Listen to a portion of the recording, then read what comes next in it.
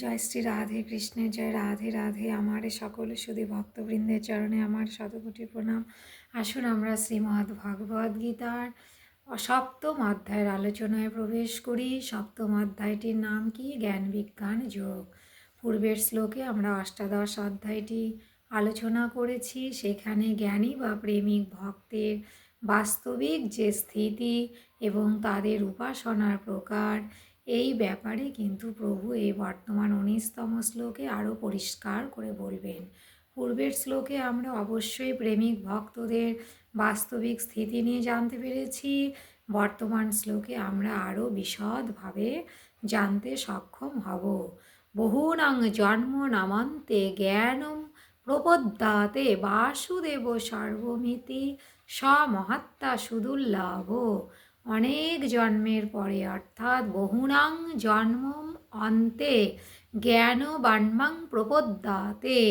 প্রভু কি বললেন? অনেক জন্মের পরে মনুষ্য জন্মে পরমাত্মাই কিন্তু সব কিছু।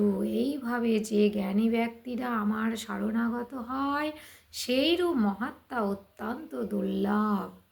দেখুন, আমি পূর্বের ভিডিওগুলিতে আলোচনা করতে গিয়ে মাঝে মাঝেই কিন্তু বলি যে এই কলিযুগে অনন্য ভক্তি সম্পন্ন পরমাত্মার যে পরম ভক্ত, সেই ভক্ত কিন্তু অতি দুর্লভ।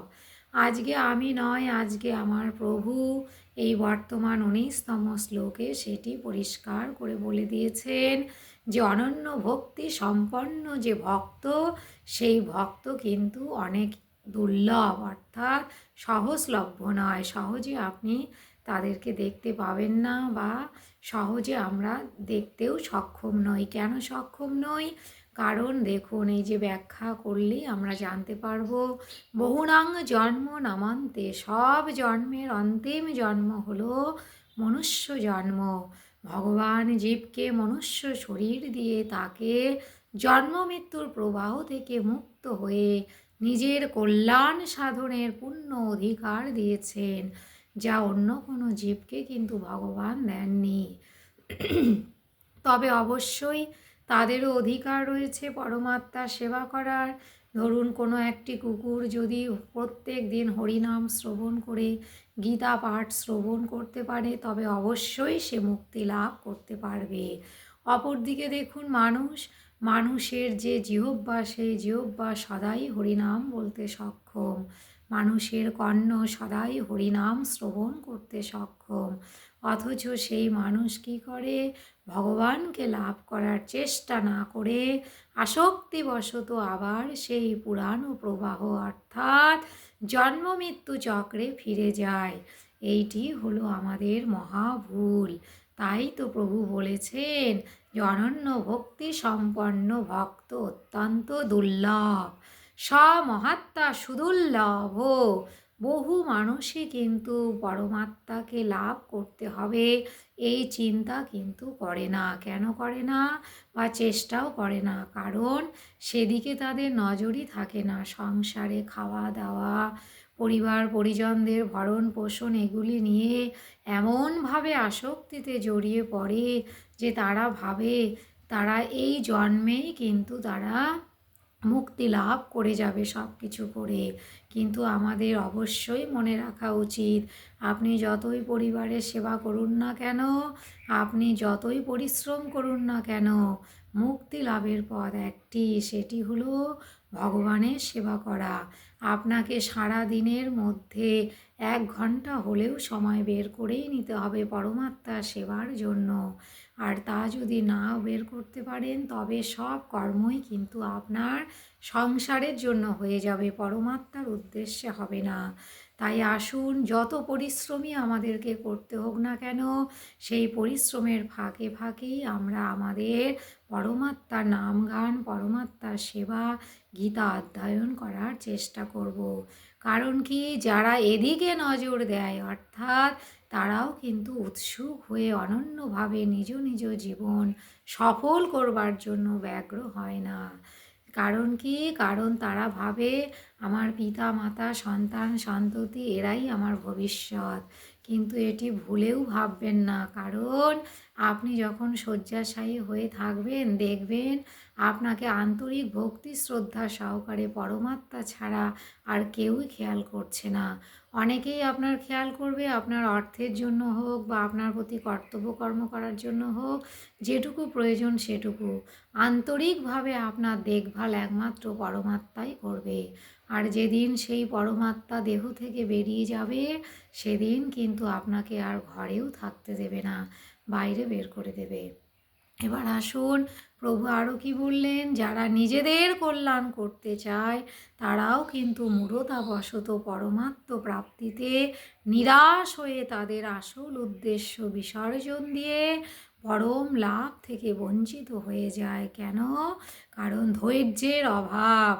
একজন সাধক ব্যক্তিকে প্রভু দর্শন দিয়ে বলেছিলেন যে তুমি সিদ্ধি লাভ করতে পারবে, এই যে তুমি তেঁতুল বৃক্ষের নিচে বসে সাধনা করছো, এই তেঁতুল বৃক্ষে যত পাতা রয়েছে সেই পাতা, যতগুলো পাতা রয়েছে তত দিন পর তুমি আমাকে দর্শন লাভ করতে পারবে।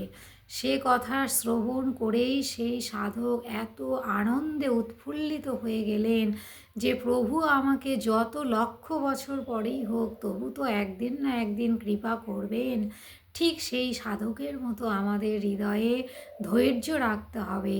সামান্য কয়েক বছর ভগবানের সেবা করে গীতা অধ্যয়ন করে আমরা যদি ভাবি কোথায় প্রভু তো দর্শনও দিচ্ছে না, আমার তো তেমন কোনো উপকারও হচ্ছে না, আমরা আর প্রভুর সেবা করব না, এটি ভাবলে কিন্তু হবে না। এই ভাবনা অবশ্যই দূরে রাখতে হবে। ধৈর্যের ফল অবশ্যই মিঠা হয়। ধৈর্য ধরে প্রভু সেবা করলে একদিন না একদিন আমরা অবশ্যই পরমাত্মাচরণ লাভ করতে পারবো। তাই দেখুন, জগতের সকল মানুষ কিন্তু ধনী হতে পারে না, এটি তো সত্যি। বলুন, জাগতিক ভোগ্য সামগ্রী সকলে সমানভাবে পায় না, কিন্তু যে পরমাত্ম তত্ত্ব ভগবান শঙ্কর লাভ করেছেন, অর্থাৎ ভগবান শিব, সনকাদি লাভ করেছেন, নারদ বশিষ্ঠ প্রভৃতি দেবর্ষি মহর্ষিগণ লাভ করেছেন, সেই তত্ত্ব সকল মানুষই সমভাবে লাভ করতে সক্ষম। তাই মানুষের এরূপ দুর্লভ সুযোগ নষ্ট করা কখনোই উচিত নয়। আমরা ভাবি টাকা পয়সা আমাদের কাছে বেশি নেই, সোনা গয়না বেশি নেই, আমরা খুব গরিব, কিন্তু একবারও আমরা ভাবি না যে কোটি কোটি টাকা দিয়েও যে সম্পত্তি আমরা পাবো না সেই সম্পত্তি আমাদের কাছে রয়েছে। সেগুলি কি বলুন তো? এই যে ভগবান আপনাকে যে সুন্দর একটি শরীর দিয়েছেন, এই শরীরের কোনো অঙ্গ প্রত্যঙ্গ যদি আপনার নষ্ট হয়ে যায়, ঠিক ভগবান যেমনটি দিয়েছেন তেমনটি কি আর আপনি কোটি কোটি টাকা দিয়েও লাভ করতে পারবেন? পারবেন না, তেমন আর পারবেন না। সুতরাং এত সুন্দর চক্ষু কর্ণ নাসিকা জিহ্বা হস্ত পদ দিয়ে যদি আমরা ভগবানের সেবা করতে পারি তবে আমরা অবশ্যই সার্থক লাভ করতে পারবো, অর্থাৎ সার্থকতা আমাদের হবে। এবার আসুন গীতা মাহাত্ম্য নিয়ে আলোচনা করি। সুত উবাচ ভদ্রং ভগবতা পৃষ্টং যদ্ধে গুপ্ততমং পরম সক্কাতে কেন তদ্বক্তুং গীতা মাহাত্ম্যমুত্তমম। সুত কহিলেন, গীতার মাহাত্ম্য কথা গুহ্যতম হয়, কিছুমাত্র বলি আমি হয়ে নিঃসংশয়।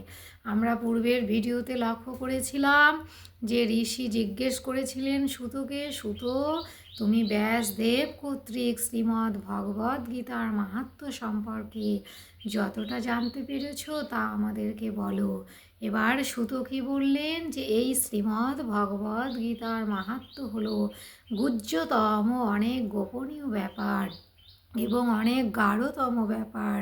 এর অন্তর্নিহিত অর্থ সম্পূর্ণভাবে একমাত্র ভগবান শ্রীকৃষ্ণই জানেন এবং কুন্তিপুত্র কে বলুন তো, বীর অর্জুন কিছুটা জানেন। আর ভগবানের কৃপায় ব্যাসদেব এবং ব্যাসদেব পুত্র সুখদেব আমাদেরকে যতটা জানাবেন আমরা ততটাই জানতে পারবো, তার অধিক কিন্তু আমরা জানতে পারবো না। খুব ভালো থাকবেন এই বলে ভিডিওটি এখানেই বিশ্রাম রাখছি। জয় শ্রী রাধে কৃষ্ণ।